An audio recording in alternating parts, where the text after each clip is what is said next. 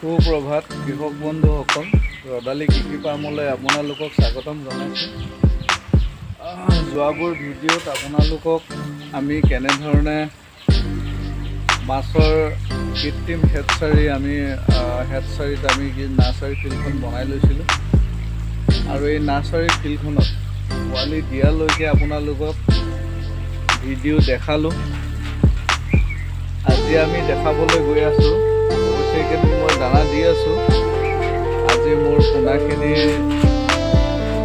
6 দিনমানৰ বয়স হৈছে, গতিকে আমি এতিয়া কেনেধৰণে দানাবোৰ দিম আপোনালোকক দেখাবলৈ গৈ আছোঁ। এতিয়া আপোনালোকে দানা দিবৰ কাৰণে আপোনালোকে স্পন ফিড বুলি এটা পাউডাৰ কিনিবলৈ পাব মাৰ্কেটত, য'ত মাছৰ দানা চানা বেচে। 100 টকা কেজি ল'ব, আৰু যদি সেইটো নাপায় তেতিয়াহ'লে আপোনালোকে ঘৰতে বনাই ল'ব পাৰে। আপোনাৰ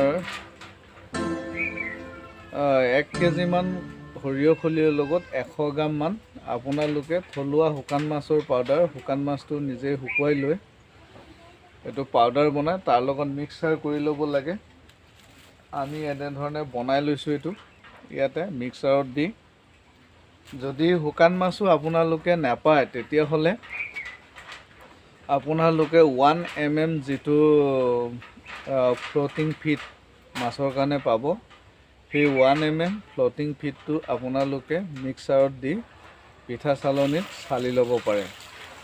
এনেধৰণে চালি লৈ পেলাই সেই পাউডাৰটো আমি ডাইৰেক্ট ইয়াতে ছটিয়াই নিদি পেলাই আমি এনেধৰণে এই গ্লাছ এটাত অলপ পানী লৈ ল'ম। আমি ইয়াতে চোৱাৰ দি আছোঁ, এইটো পানী লৈ লৈছোঁ। পানী লৈ পেলাই আমি ইয়াতে এইটো দানাটো অলপ দি দিলোঁ।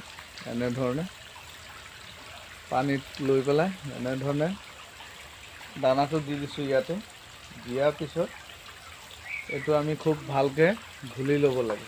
পানীটো ভালকৈ ঘুলি ল'ব লাগে। আমি আৰু অকণমান পানী লৈ লৈছোঁ, ভালকৈ ঘুলি ল'ব লাগে। যিহেতু শুকানকৈ দিলে যিটো ফলৱৰ্তী হ'ব, আৰু আমি যদি এনেকৈ পানীত সেই পাউডাৰটো ঘুলি লৈ পেলাই দিওঁ তেতিয়াহ'লে কি হ'ব, মাছে সহজতে খাবলৈ ভাল পাব।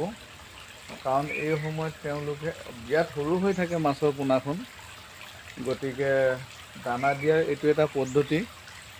গতিকে আমি পানীৰ লগত এনেকৈ মিশ্ৰণ কৰি দানাটো দি দিলোঁ গোটেই নাৰ্চাৰী ফিল্ডখনত, য'ত ত'ত আমি ছটিয়াই দিম। এনেধৰণে য'ত ত'ত আমি সেইবোৰ ছটিয়াই দিছোঁ নাৰ্চাৰী ফিল্ডত চাৰিওফালে। এনেধৰণে ছটিয়াই দিলে মাছে দানাখিনি খাবলৈ সুবিধা পাব আৰু সহজতে ভাল পাব।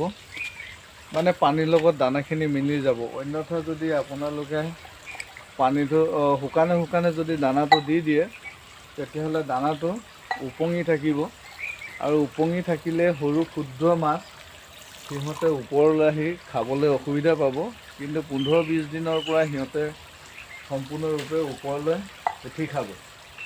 আৰু ইয়াতে এটা বিশেষ লক্ষণীয় কথা, যিহেতু এখন এটা কৃত্ৰিম নাৰ্চাৰী, আৰু নাৰ্চাৰীখনত আমি সময়ে দিনত নাই বুলি ক'লেও 2বাৰমান এনেধৰণে আমি এইটো এটা পানী চোৱাৰ দি আছোঁ।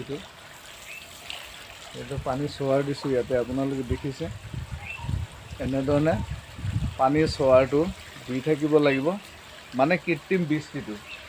যিহেতু এনেধৰণে যদি ৰাতিপুৱা আপুনি 5 মিনিট, দুপৰীয়া 5 মিনিট আৰু আবেলি 5 মিনিট দিয়ে তেতিয়াহ'লে এই পানীটো কি হ'ব, ববলিং হৈ থাকিব, লৰি থাকিব।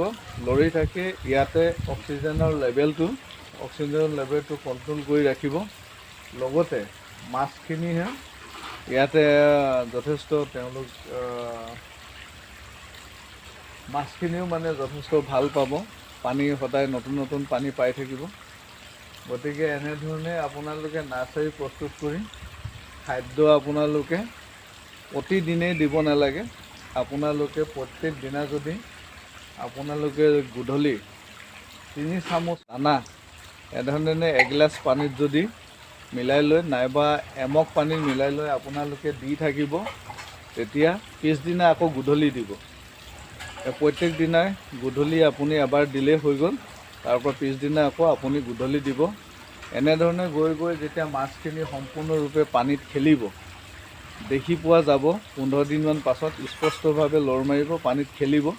তেতিয়াৰ পৰা আপোনালোকে ৰাতিপুৱা এবাৰ গধূলি এবাৰ দিব। সদ্যহতে আপোনালোকে সন্ধিয়া সময়ত দানাখিনি দিলেই সম্পূৰ্ণৰূপে মাছখিনিয়ে গোটেই দিনটো পিছদিনা দিনটোলৈকে খাব পাৰিব। গতিকে এই দানা দিয়া টেকন'লজিখিনি আপোনালোকক দেখুৱালোঁ। আৰু যেতিয়া 15 দিনৰ পাছত মাছখিনি অলপ ডাঙৰ হ'ব, যেতিয়া পানীত সিহঁতে খেলিব, তেতিয়া সেই দৃশ্যখিনি দেখুৱাম আৰু সেই সময়ত আপোনালোকে কেনেধৰণে পৰিচৰ্যা। গতিকে বন্ধুসকল, আমাৰ ভিডিঅ'ৰ লগত থাকিব, পৰৱৰ্তী ভিডিঅ'বিলাক আপোনালোকক দেখাই গৈ থাকিম। গতিকে আজিলৈ ভিডিঅ' ইমানে। ধন্যবাদ। জয় অসম, জয় হিন্দ।